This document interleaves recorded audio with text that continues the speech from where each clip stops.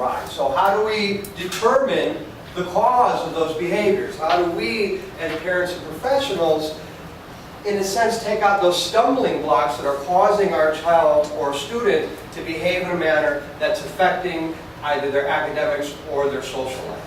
So the first thing we really need to do in that respect is look at the sensory profile of our students and children. So just yell them out. What are the senses? Yell them out. Yell them out. Taste, touch, hearing, smell, sound. Sound is the big boy on the block. Sound is that auditory. That's the big boy on the block. A lot of our children, a lot of our students have auditory issues. And what that means is that they process sound in a much different manner than you or I. Remember during the movie it talked about the refrigerator, it talked about the humming of the refrigerator and how that actually affected the child. In many cases, the fluorescent light, and there's only one on above you, the humming of that fluorescent light can sound like nails on a chalkboard to some of our children. Who has a student or a child and they see him or her doing this, covering their ears? It's very common. It's very common. And not across the board, but in many cases, what that child is telling you in a nonverbal way is that it's way too loud in here. I'm not comfortable with the volume in here. One of the issues here is being able to process all of the influx of different auditory stimulus. So what does that mean? That means right now, I can hear the fan. If somebody's phone went off, I would hear the phone. If somebody was walking in the hall talking to somebody else, I would hear their conversation. If somebody coughed or sneezed simultaneously, I would hear that as well. So all of these stimulus are affecting me at the same time while I'm trying to convey a message to all of you. For a child with autism, that can be just absolutely crippling, trying to distinguish all those different auditory stimulus while staying on a particular task. Does that make sense? It's an issue of auditory processing, and it is the big boy on the sensory profile block when we talk about autism. But there are others. There are certainly touch. And when I talk about touch, I mean, let's look at fabrics, for instance. How many of your children with autism only ever come to school in sweats? Do we ever see that? I've seen that many, many times over the years. And in many cases, that's because the student can't necessarily handle the texture of other materials. It's not always because he or she can't button their pants or can't zip their pants. Sometimes it's the texture of the materials that are really quite overwhelming for that child. There's a story of a young lady who, for her entire life, didn't wear denim. And she didn't wear denim, and nobody knew why. We just knew that she didn't like denim. But eventually, as she developed language, she was able to convey to us that wearing jeans felt like sandpaper on her skin. Now, all of us wake up every morning when we put jeans on and we go about our business and we don't think twice about it. But to this girl, it was crippling. It was crippling. Hence, she wore sweats her entire life. Again, we need to take into consideration the sensory profile of our children when looking at behaviors. Because the behavior itself may not be the direct result of that particular instance, may be a result of an issue of processing. How are they processing the senses that are a part of their immediate world? Taste. How many of your children with autism eat the same thing day in, day out, 365 days a year? Yes? And for how many is it McDonald's French fries? I know parents that have to make a trip to McDonald's each and every night and have tried to sneak in jewel-bought French fries, and it doesn't work. And the same thing applies for chicken nuggets. McDonald's knew what a stranglehold they had on our kids and those damn chicken nuggets. They might market otherwise. But the reality is that a lot of our kids have that sensory-related issue to texture. Sometimes our kids can't handle Jell-O. Sometimes they can't handle puddings, bananas, certain textures. And we all have this as well. I mean, we all have an affinity to certain textures, and there are some that we don't like. I couldn't eat mushrooms for most of my life because I hated that slimy texture. I've since grown to really like mushrooms. And we do see that as well within some of our students and children. Their sensory profile matures, and they're able to handle more of an auditory stimulus. They're able to put on clothes they didn't wear necessarily as children. They're able to taste foods with textures that they previously did not like. So it is not something that's engraved in their behavior or in their personalities, but it is something that we need to acknowledge may be the root cause of a particular behavior. If it's too loud in your classroom or in your house and your child is not responding to your verbal direction or even your visual direction, it may be that it's not that they're not listening to you, and it's certainly not that that should be treated punitively. It's that you now need to adjust the auditory stimulus in your home or in your classroom. And I know that that's a lot easier said than done. I was a teacher for 15 years, and the last thing I ever wanted to hear from an outside consultant was, you need to rearrange your room. I'm here to tell you as an outside consultant, you may need to rearrange your room. It's just the reality of the situation. Visually, as a teacher for 15 years, I took great pride in making sure that my room was beautiful and that my stations had wonderful visuals. For a lot of our children with autism, an influx of visual stimuli can be an absolute deterrent from actually sitting and focusing and accomplishing a given task. If you have them at a desk, and on the wall in front of their desk, there are pictures all over the place, there's a great likelihood that he or she is going to fixate on the visual in front of them versus the curriculum directly in front of them. Does that make sense? And I think that's true for all of us. We're all bombarded with visual stimuli on a daily basis. And I think often when we see an accident to the side of the road, it's probably because they were caught up in some form of visual stimuli. Most often than not, currently, it's our cell phones, which is another piece of visual stimuli. So again, behaviors really need to be looked at in regards to the sensory processing that our child may or may not have. Does that make sense? Questions? Moving on. Unusual or circumscribed interests. So our children often have, maybe not diagnosed, but certainly can attribute to a obsessive-compulsive disorder. And we see that with, Angela talked about trains before, we see a lot of our children really quite obsessed with trains. Disney, Thomas, cars. Who's got an example? I'm sorry? Cooking shows. Cooking, okay, that's the one, I mean, it's educational. Certainly, if he or she can then put it into practice, it becomes practical. Examples, students with compulsive behaviors. Mountains, okay, geologist. Anyone else? My brother, sports stats.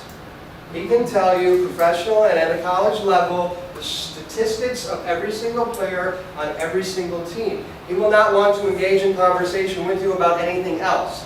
He may ask you your name, and then ask you your favorite team. And the conversation will go from there. Based on your favorite team, he will name the players, he will name their statistics throughout that particular year. Not always socially the most appropriate means of conversation.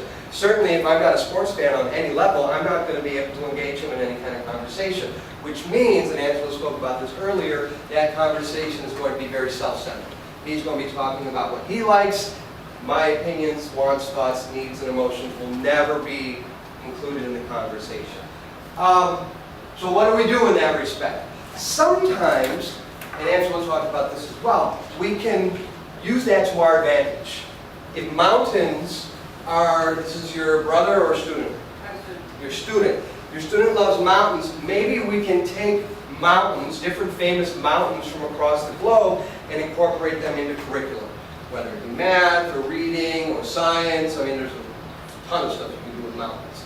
So depending on what it is, and if it's a littler guy, and it's Thomas, or if it's the movie Cars, we can take characters from those particular movies and those particular scenes and create curriculum based on that compulsion. Now, do we always want to do that? Do we want to feed into that compulsion? Do we want to, in some respects, overemphasize what's already overemphasized in that child's life? We don't always want to do it. And sometimes it's okay to purposefully not doing, to almost sabotage the child in that respect. Because we are, in fact, teaching that life's not always going to revolve around that particular compulsion. There are going to be changes. There are going to be different movies. There is going to be different curriculum. So it's a wonderful tool to use to teach, but we also have to remember to do it in moderation. Make sense? Questions? It's the heat. You guys are very tired. It's the heat. Insistence on sameness. Our children thrive through routine. They love routine. And that's not necessarily a bad thing. But we need to understand that any deviation from that routine can present in the manner that becomes a behavior. We as teachers and educators and parents need to the best of our abilities, plan ahead in that respect.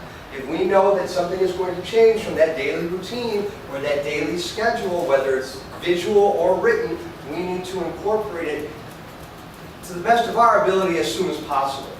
But there's a fine line there too, because if we, and this is really specific to the child. If you do it a week in advance, the child might perseverate over that change. If you do it in the morning before they come to school, you still might see some perseveration, but you're not going to see a week-long perseveration. And when that change does come to fruition, that child will expect it. So let's assume there's an assembly, period 3, and period 3 is usually gym class. If Johnny comes in and he sees his schedule and he identifies that today, period 3, there's no gym, there's an assembly, you might encounter some initial stress, because it is in fact a deviation from his or her routine. But when it comes time to period 3, you're going to see less stress in him because he knew about it ahead of time.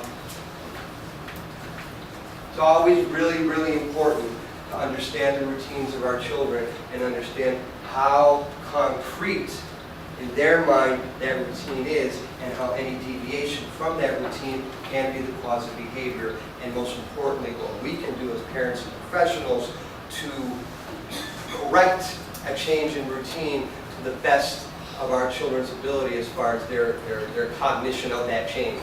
Some kids might do very well with a week in advance. They might, if it's something fun, if period 3 was reading and this day on period 3 you're going to a water park, it could be okay to do. And again, that depends on that particular child. Do you have a question or are you fanning? No. Motor manner. Any questions on routine or insistence on sameness? Who sees this in their children?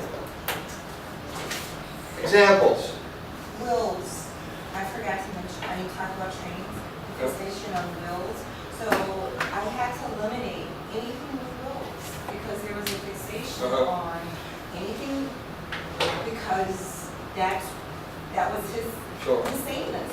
So I had to just kind of eliminate that because it was such a distraction. And then gradually I'm starting to build on building, bringing it back. And absolutely having all of the puzzles pieces to the puzzle, literally.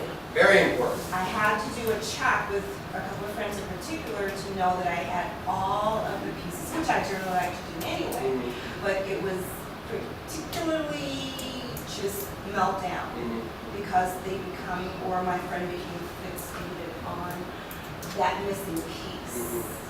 It only happened once, but that's enough. Yeah. That's enough for you now to know that it can't happen again and what you need to do ahead of time to ensure that it doesn't happen again. Absolutely. Other hands that went up, yes. I have a student that gets a break at the middle of the day, and I would let the child in the bathroom, and then they would sit in a chair, and they would let me know when they're ready. What happened is when this child gets stressed out throughout the day, he doesn't want to sit there. So now what I do is I take the child on a break, and I'll just have him kind of walk the halls or kind of walk around because this child got fixated on the chair, and I think they incorporated with like safety and comfort. And having it be only a few minute break, I don't want the child to keep thinking he can sit there because that's what happened when they kept pointing to the chair, walking towards the chair. They kind of insisted on wanting to be there all day. So as a teacher, I would look at what led up to the need to be in the chair. Because the chair has very clearly become a safe area for him. So if he's overstimulated, if he's in an unstructured environment, if he doesn't know the expectation, he's going to gravitate to that chair. So as a teacher or a parent, whether it's at home or at school, I would tend to structure the time beforehand so much more so that the chair wasn't needed. You know what I'm saying? And it sounds like that's what you've kind of done. That's what I did yesterday. Yesterday after the child got out of the bathroom, they were walking towards the chair and I suggested, do you want to walk around the set? And they were fine with that. So, And this is a very typical avenue that we as teachers will have to go down, and that means just getting up and walking around with our children. Sitting for 45 minutes at a time, and then a very small break in between, and sitting for another 45 minutes at a time, for some of our children is way beyond what we should be expecting them to do. Way beyond. Make sense? Motor mannerisms. Give me examples. Students, children with motor mannerisms. What are motor mannerisms? This is a motor mannerism. This is a motor mannerism. Who has a child with autism that rocks? This is very common, the rocking. Any kind of hand flapping. My brother does this, he does this. Kind of like pushes the air. That's what he does. There we go. That's one, too. That's one, too. Or, That's one, too, sure. I forget what it's called. Stimming? Stimming. Stimming. So stimming, thank you for bringing that up. Stimming is an abbreviation of what word? Stimulation. Stimulation. So what that is, what the motor mannerisms are in fact that individual's way of self-stimulating. So he or she may be in an instance where they're not exactly secure with what's going on around them, and we might see an influx of those motor mannerisms. If he or she is having a problem processing, whether we are talking about auditory processing or vision or hearing or taste or whatever the case may be, and we see those motor mannerisms start to arise, it may be that they are self-stimulating because at that given moment they're feeling a little bit stressed. Now, is stress always a bad thing? Stress is not always a bad thing. Sometimes the anticipation of something that we want to do can also lead to stress. So we might not always see motor mannerisms come to be in an instance that might be disturbing or stressful to the child, but we might see them come to be in a situation where that child is excited about doing something as well. And it's not necessarily something that we should say, don't do that. We all have means of self-stimulating. Some of us, I play with a pen, I bite my nails, I used to smoke, I still quit. Some people bite pen caps. We all have little things that we do to kind of self-regulate internal stressors. And that's exactly what those motor mannerisms are. They're a way for that child, for that student, to self-regulate some form of internal stress. And for that reason, it shouldn't be looked at punitively. It shouldn't be said to that child, don't do that. Can it get in the way socially? Yes or no question? Yes. Absolutely it can get in the way socially. So to the best of our ability, we can try to identify certain things or certain items that could take the place of that motor mannerisms. In many cases, we see squishy balls. Who uses squishy balls with their students? So these are just balls. We have some next door, and next week, not today, come and see them. They're just balls that a student can squeeze, and it offers some therapeutic relief. As teachers, as parents, we need to be investigators in that respect and try to find out what materials can potentially substitute those motor mannerisms. We probably are not going to extinguish those motor mannerisms across the board, but we certainly see as children mature into teenagers and adults that those motor mannerisms can, not always, but can subside. Questions on motor mannerisms? Moving. Common behavioral characteristics. What's this? What's this line at the top of the page? What does that represent? Spectrum. So in this particular case, we can have children that may be rigid, meaning Any deviation from routine, you're going to be met with the behavior. Or they might be flexible, meaning that a change in routine is okay. And certainly, and more so, you're going to find children that fall somewhere in the middle, or somewhere to the right, or somewhere to the left, not exactly at one end or the other. And that's because it's what kind of disorder? Spectrum disorder, thank you. Executive functioning. Executive functioning is not a terminology specific to autism. Quite frankly, it has nothing at all to do with autism. We all take on executive functioning skills on a daily basis. And executive functioning simply means you have a mapped out routine. You know when you wake up in the morning, when your alarm clock goes off, there are certain things you need to do in order to get to work. And there could be 100 things in between. If you have kids, if you have pets, if you have a husband that needs waking up, or a wife for that matter. These are all things that you have to do. This is all a route that you have to take in order to get to a certain point. You need to get dressed. You need to make a lunch. You need to make your coffee. You need to check email. Whatever it is that your particular routine dictates of you on any given day, that's executive functioning. You know that in order to get to point B from point A, certain sequences need to take effect, and in between, certain things need to be accomplished, and any deviation can cause you to be late. And sometimes that's just a car accident on the way to work. It's not, sometimes not even a fault of your own. Sometimes you've done everything correctly and everything properly, but something somewhere gets in the way of you getting to where you need to be on time. Our children with autism have tremendous difficulties doing it.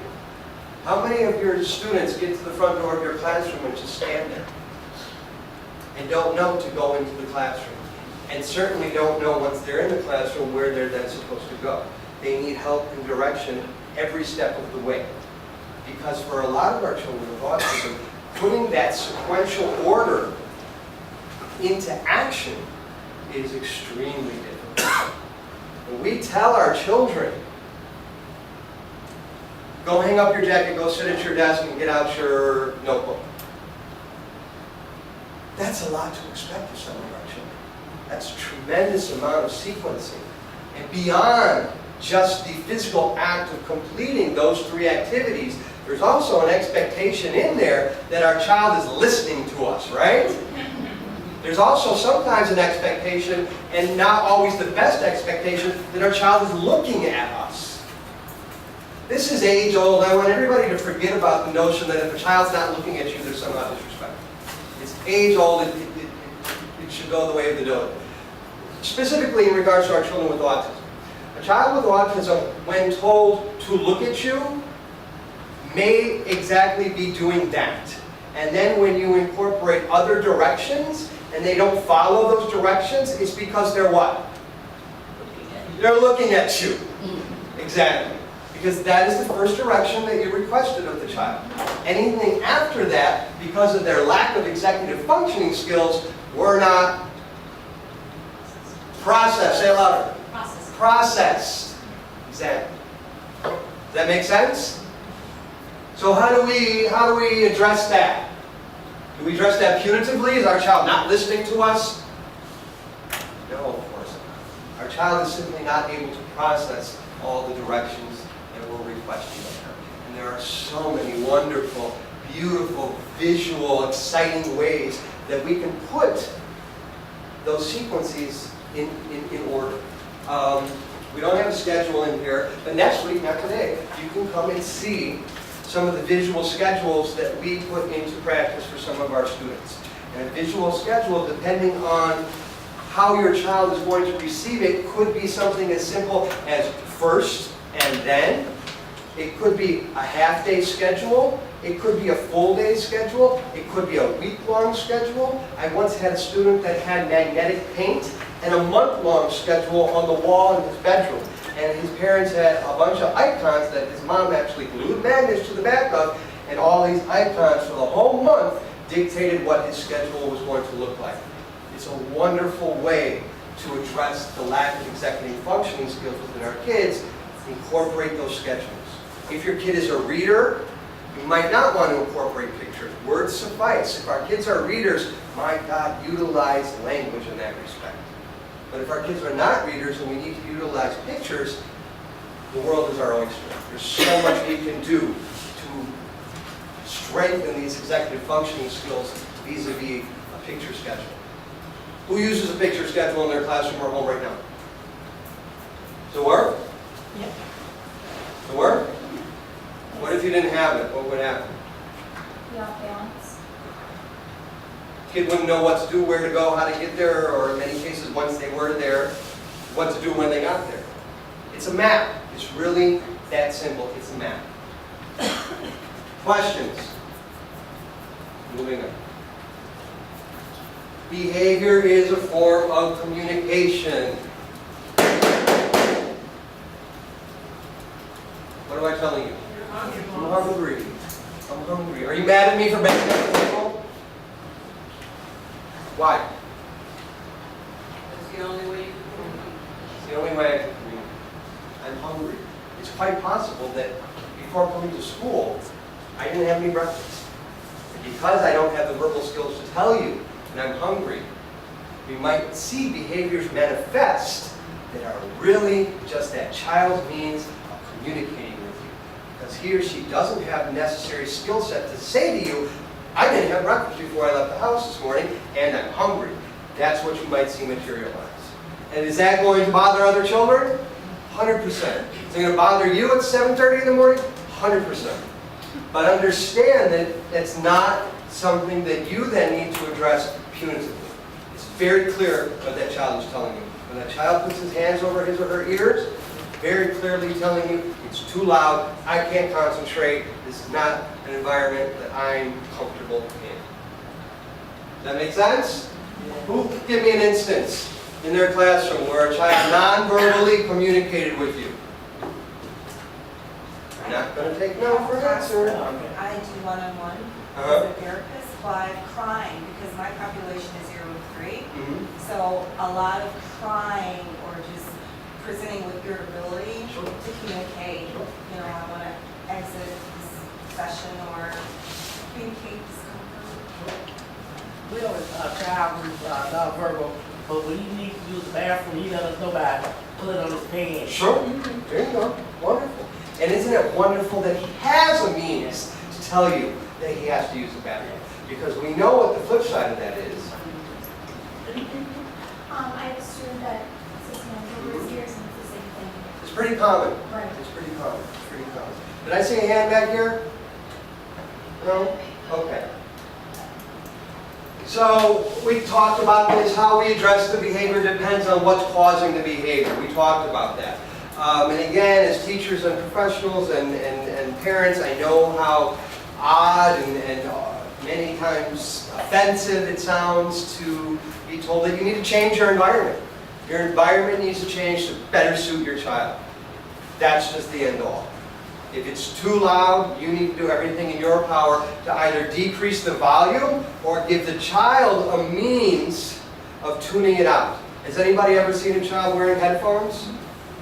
Why? I had a student 2 years ago, but the noise was under. Right. So that was the only way to cover it, because he will actually put his fingers in Sure. to the point that the ears were turned red or whatever, so we have to feel it. So the reality in that situation was, rather than changing the environment, we're going to equip the student with the necessary tools to progress in the environment by giving them headphones. Absolutely. Absolutely. Consider whether an individual can't, or won't do what you're asking. In your manual, the front, turn to page 14, I believe. In the front of your manual. Page 14.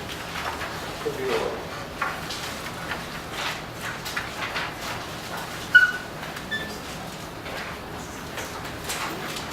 It is 14.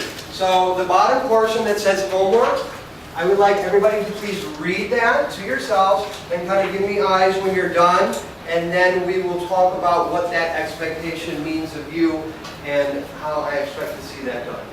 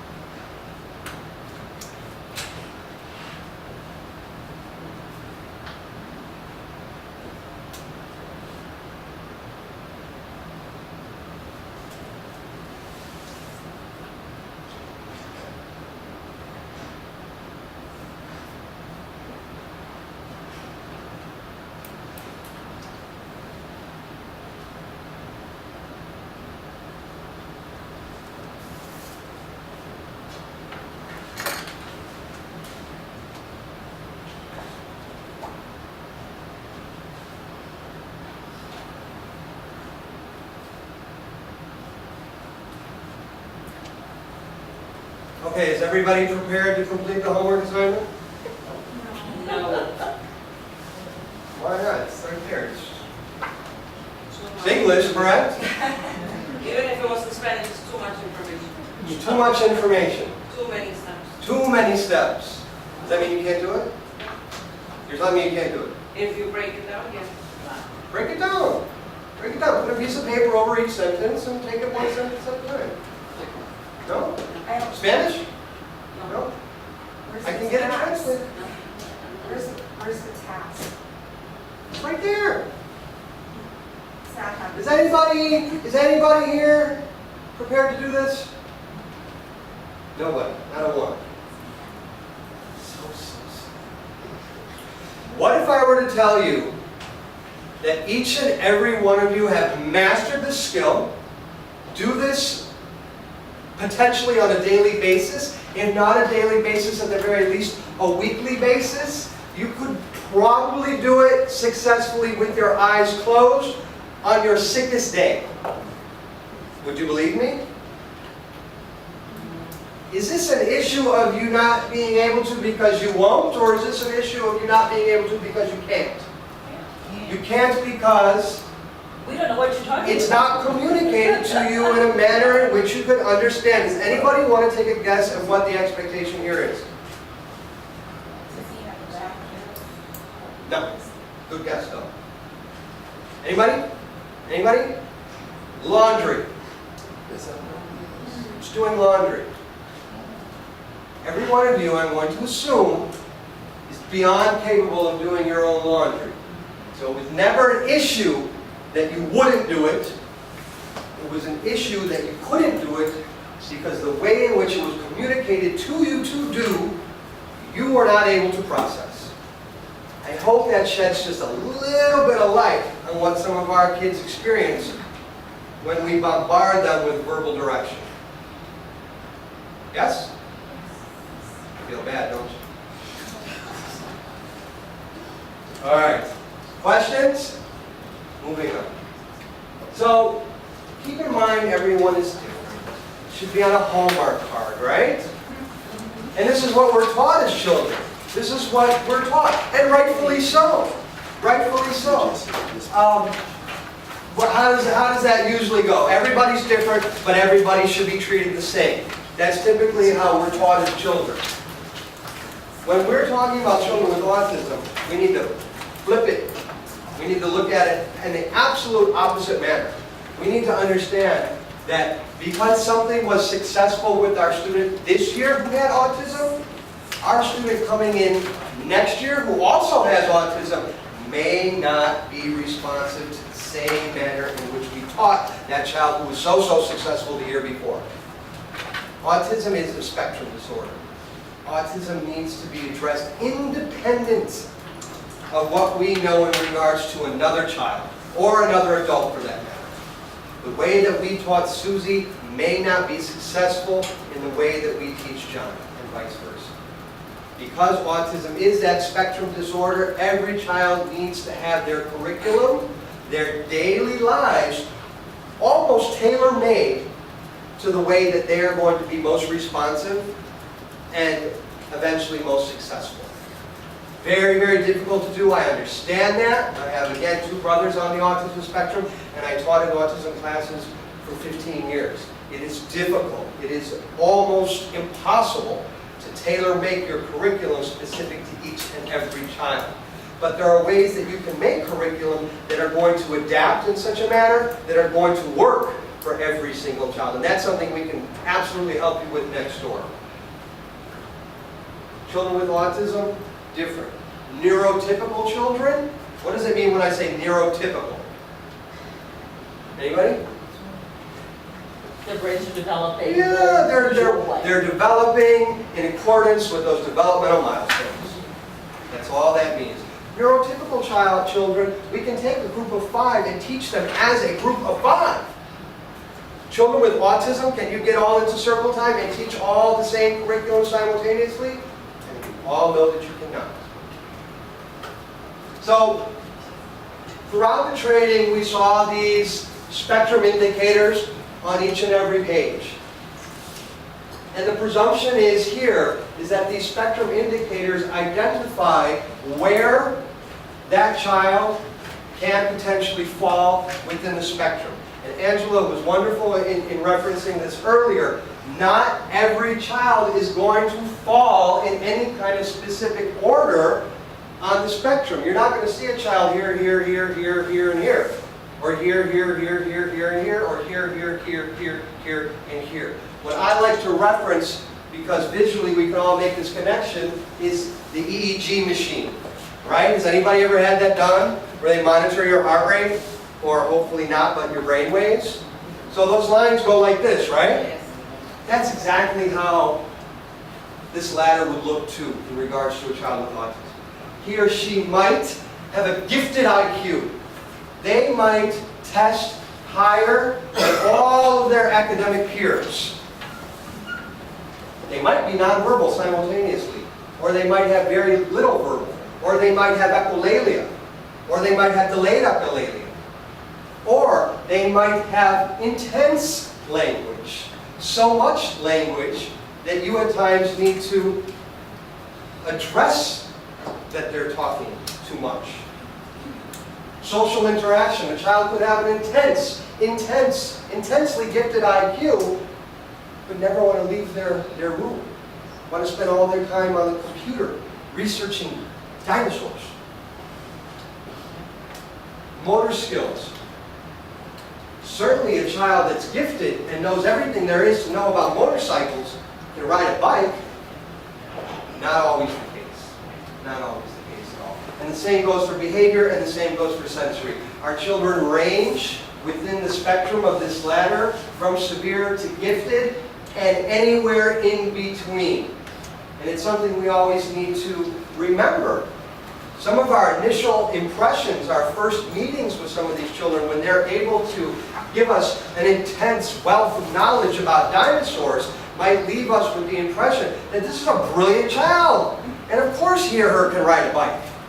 The reality is that she or he may not be able to ride a bike, or may not be able to hold a conversation with you on anything other than dinosaurs. Where would somebody like that fall socially? If somebody had a wealth of knowledge about a particular area, would we say that that individual was socially inclined?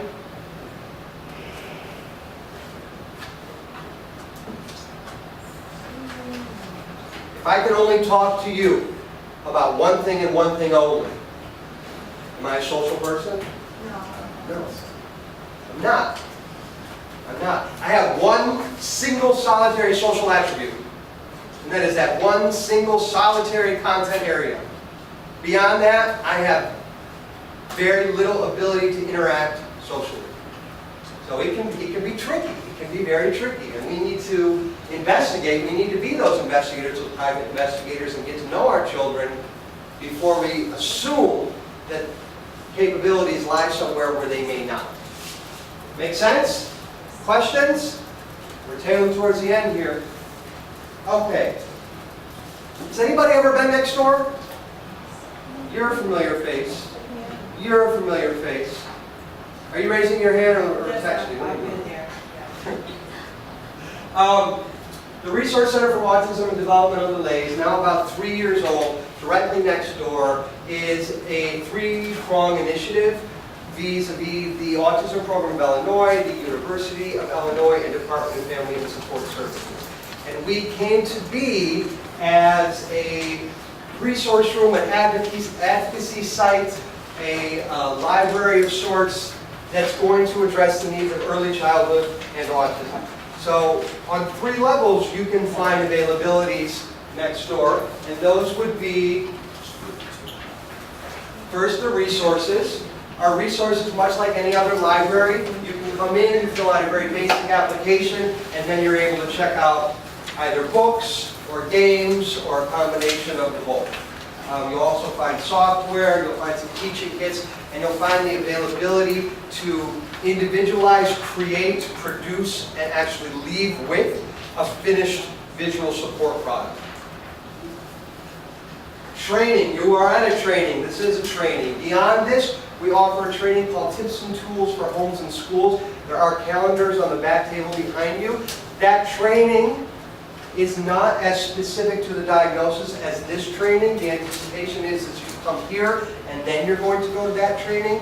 And we talk about how those visual supports and the adaptation of curriculum and the restructuring of environment can benefit our children. And then we actually get into creating those supports. You will leave that training with 3 visual support products. We also partner with other agencies to provide training. We partner with StarNet, and we partner with the Family Resource Center on Disabilities, as well as the university to offer trainings in Spanish, and to offer special education and IEP understanding trainings as well. And then finally, very basic case management services. If you have a parent or a client and they're new to a specific geographical area and they're looking for therapies, they're looking for occupational speech therapies of sorts, we will take into consideration both finances and geography, try to find the best fit for them, and really let them know, give them that referral. We don't want somebody coming in looking for a referral to leave with more homework. We want them to potentially leave with a phone number or an appointment if so be it. So again, our partners are DFSS, U of I here in Chicago, TAP, and Head Start. The Head Start portion is really the crux of how we came to be. Head Start, for those 2 of you that were from Head Start, you know, Head Start needs to service a 10% IEP population within their classroom settings. Because the number of those being diagnosed with autism is now what? 1 in 88. We're seeing that 10 percentile in some of those Head Start classrooms also skyrocketing. So we are really meant to be here to service the Head Start community, both professionals and parents. But because we have other partnerships, we're able to really work with anybody and everybody. We do need to take into consideration that because we are early childhood centric, coming in with issues as they pertain to an 18-year-old or an adult, we're going to be limited as far as the resources and things that are available to that individual, but not impossible. We will certainly work with a family who has an older child that needs some kind of referral. And then finally, a little bit about the autism program. 12 centers nationwide with 4 university partners, 30 collaborative partners, 16,000 families impacted annually, and is indeed the largest statewide network in the country. Now I kind of rushed through that because I want to briefly go back and talk about why a lot of what you learned today may not be the same at the end of the week. The new DSM is coming out the 18th. Does everybody know what the DSM is? DSM is the what? The Bible of Medicine. It's the Diagnostic Statistical Manual, DSM. And this is the 5th version that is coming out in the middle of this month. And that 5th version is going to drastically change the way that individuals with autism are diagnosed. And what we're going to see in that change, and keep in mind that I'm speaking purely hypothetically at this point. I don't have a DSM and I don't have that information in front of me. But what I think we're going to see is the dissolving of the social aspects that we currently see within the diagnosis. So instead of 3 core characteristics, we're going to see 2. And what are they going to be? We're getting rid of social. The 2 left are what? And behavior. Communication and behavior. And you will see within those 2 categories levels.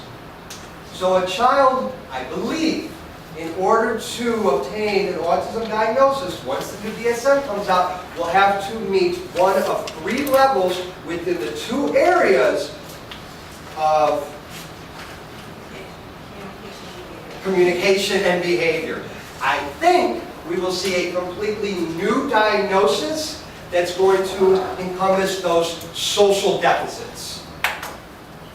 Again, I'm speaking only based on what I read on the internet, from valid sites And there are certainly people speaking to these changes and have been for quite a while already. We will not know definitively until the DSM comes out what those changes are. But I believe that I've steered you in the right direction, and I believe that those are the changes we're going to see. We're going to see social gone, and we're going to see behavior and communication broke down into 3 different levels each. If the child meets criteria within one of those 3 areas, they will then be eligible for diagnosis of autism. I would expect there to be some significant, and there already has been, uproar within the Asperger community. Children with Asperger's or adults with Asperger's. If you're an adult with Asperger's and you're 40 and that's been the diagnosis that you carried for 40 years, or 30 years maybe, and all of a sudden you're given a new diagnosis, it could be an issue where we see some significant backlash within that particular community that has yet to be seen. So please bear in mind when you take these manuals back to your respective sites, the information in these manuals is going to change very, very, very soon. And once that information does change, as Angela said, Autism Speaks is a wonderful site to get the most current and up-to-date and, quite frankly, non-clinical information. It's information that we as non-clinicians can understand, and your parents can understand, and your staff can understand. But you will certainly be more than welcome to come next door. We will have all of that information available to you as well. Questions? Thank you all for coming. I so wish that I could invite you to come next door, but it looks like Katrina